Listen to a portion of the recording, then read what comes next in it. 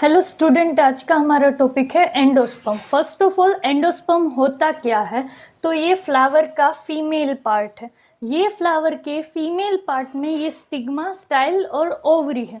ये जो ओवरी है उसके अंदर ओव्यूल प्रेजेंट रहता है।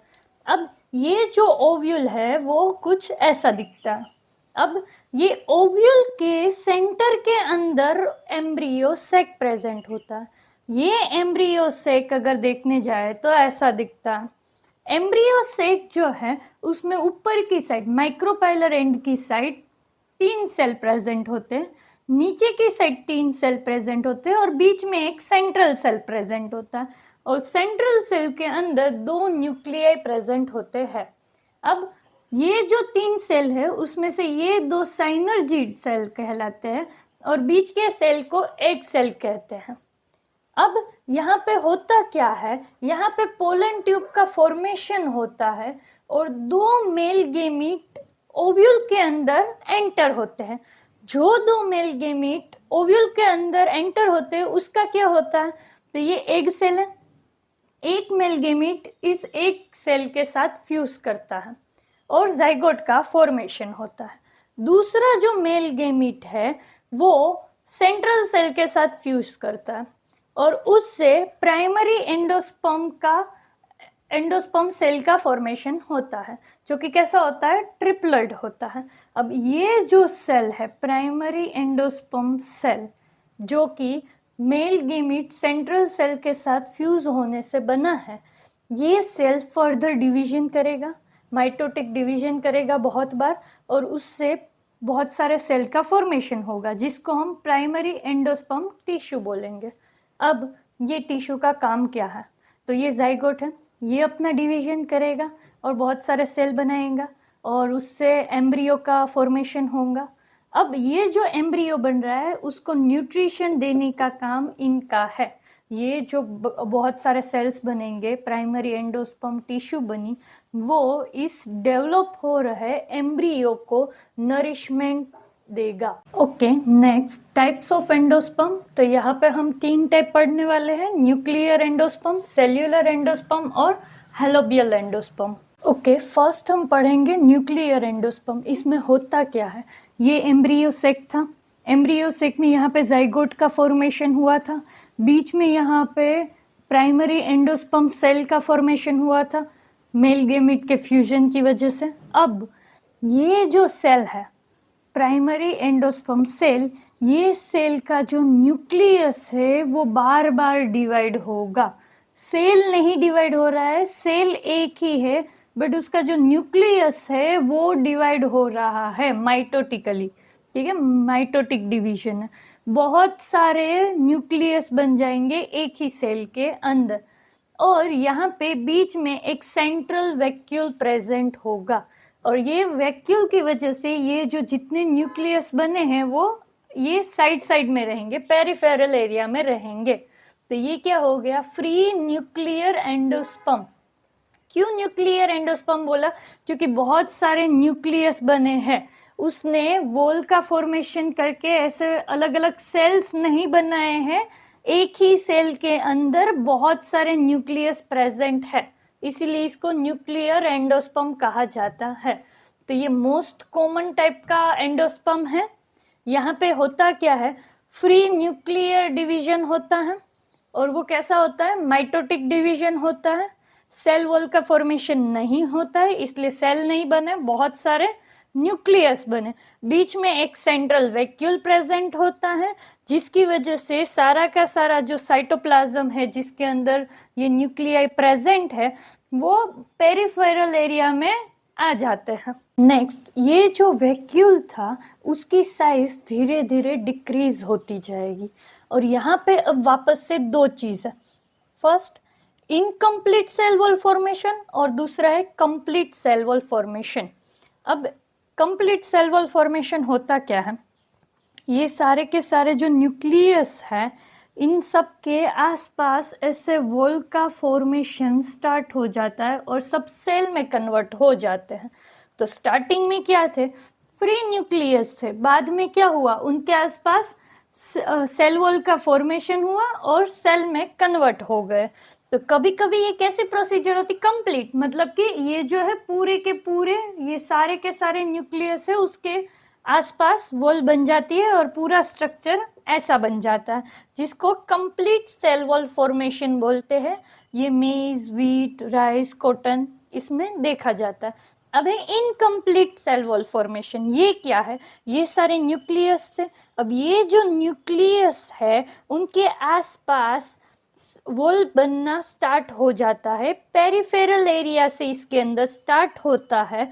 और ये सेल वॉल का जो फॉर्मेशन हो रहा है उनको सॉलिड एंडोस्पर्म बोला जाता है। और ये जो बीच में फ्री न्यूक्लियस रह जाते हैं उनको क्या कहा जाता है, लिक्विड एंडोस्पर्म कहा जाता है। तो ये हो गया सॉलिड एंडोस्पर्म और ये बीच का हो गया लिक्विड एंडोस्पर्म। इसको कोकोनट मिल्क कहा जाता है और ये सेंटर वाले को कोकोनट मिल्क कहा जाता है। तो ये इनकम्प्लीट है, क्यों? क्योंकि सब न्यूक्लियस के आसपास वॉल का फॉर्मेशन हुआ नहीं है, इसीलिए। नेक्स्ट है सेल्यूलर एंडोस्पर्म। इसके अंदर होता क्या है, यहाँ पे जाइगोट था, ये प्राइमरी एंडोस्पर्म सेल था।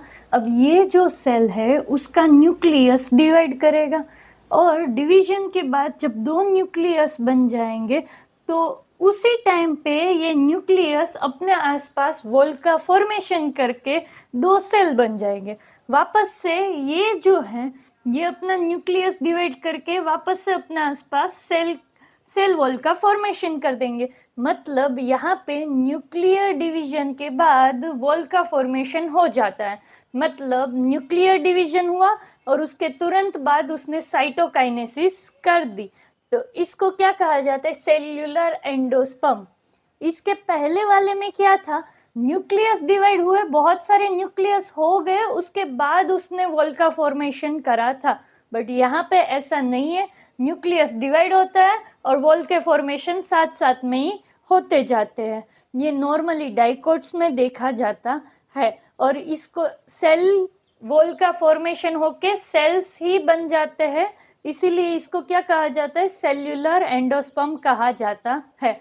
ये उसके एग्जाम्पल्स है। Next helobial endosperm.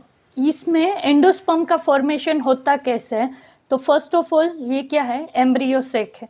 यहाँ पे ये क्या है, जाइगोट है जो आगे जाके एम्ब्रियो बनाएगा। और ये जो है ये क्या है, प्राइमरी एंडोस्पर्म सेल है। तो ये जो प्राइमरी एंडोस्पर्म सेल है उसको मैंने इधर दिखाया है। अब यहाँ पे होता क्या है, ये जो प्राइमरी एंडोस्पर्म सेल है उसका ये जो न्यूक्लियस है, पहले न्यूक्लियस डिवाइड करेगा, फर्स्ट डिवीजन करेगा अपना, और एक न्यूक्लियस से दो न्यूक्लियस बने। उसके बाद तुरंत ही वो अपने आसपास वॉल का फॉर्मेशन कर देगा। तो दो न्यूक्लियस और दो सेल का फॉर्मेशन हो गया। क्यों? क्योंकि फर्स्ट सेल ने पहले तो न्यूक्लियस डिवाइड करा और उसने अपने आसपास वॉल का फॉर्मेशन करके दो सेल बना दिए। इसमें से एक सेल जो माइक्रोपाइलर एंड की ओर होता है, वो सेल जो होता है वो लार्ज होता है, और ये वाला जो चलाजल एंड की साइड होता है वो स्मॉल साइज का होता है। नेक्स्ट, अब ये जो माइक्रोपाइलर एंड की साइड ये जो सेल प्रेजेंट है, ये जो सेल है ये क्या करेगा, फर्दर न्यूक्लियर डिवीजन करेगा। मतलब सेल वॉल का फॉर्मेशन नहीं करेगा, सिर्फ ये जो न्यूक्लियस है वो डिवाइड हो के बहुत सारे न्यूक्लियस बना देगा। अब ये जो चलाजल चेम्बर साइड है ये जो है ये डिवीजन कर भी सकता है या तो नहीं भी करेगा। ओके, तो यहाँ पे हम ये जो हेलोबियल एंडोस्पर्म है उसको हाइब्रिड भी बोल सकते हैं कि न्यूक्लियर एंडोस्पर्म और सेल्यूलर एंडोस्पर्म का हाइब्रिड है, ऐसा भी तो बोल सकते हैं। क्यों? क्योंकि सेल्यूलर एंडोस्पर्म में क्या हो रहा था, न्यूक्लियस डिवाइड होने के तुरंत बाद सेल वॉल बन जाती थी, और न्यूक्लियर डिवीजन में क्या था कि न्यूक्लियस ही डिवाइड होते रहते थे और बाद में आराम से वो सेल वॉल का फॉर्मेशन करता था। तो यहाँ पे तो दोनों चीज देखी गई। क्या देखो, फर्स्ट ये न्यूक्लियस डिवाइड होके तुरंत ही सेल वॉल का फॉर्मेशन हो गया, तो ये सेल्यूलर जैसा हुआ। उसके बाद ये वाला बहुत सारे न्यूक्लियस बना रहा है, सेल वॉल का फॉर्मेशन नहीं करा अभी तक, तो वो न्यूक्लियर डिवीजन, न्यूक्लियर एंडोस्पर्म भी तो हो गया। तो इसीलिए इसको क्या कहा जाता है, हाइब्रिड कहा जाता है। ओके, नेक्स्ट ये इम्पोर्टेंट है कि कोई कोई ऐसी फैमिलीज भी है जिसके अंदर एंडोस्पर्म का फॉर्मेशन नहीं होता है, जो कि ये 3 एग्जाम्पल के लिए ले सकते हैं। नेक्स्ट है, मैंने बोला था न्यूक्लियर एंडोस्पर्म में कि ये जो न्यूक्लियस बहुत सारे बन चुके हैं वो अपने आसपास बाद में वॉल फॉर्मेशन करते हैं, और कोकोनट में हमने देखा था कि पेरिफेरल एरिया से ये सेल वॉल फॉर्मेशन स्टार्ट होता है। इन अ सेम वे जो फेसियोलस है उसके अंदर सेल वॉल फॉर्मेशन सिर्फ और सिर्फ एम्ब्रियो के आसपास ही होता है, मतलब ये सारे न्यूक्लियस है। अब ये सारे न्यूक्लियस जो है उनके आसपास सेल वॉल फॉर्मेशन नहीं हो रही, ये जो एम्ब्रियो के आसपास के जो न्यूक्लियस है उनके आसपास सेल वॉल का फॉर्मेशन हो रहा है।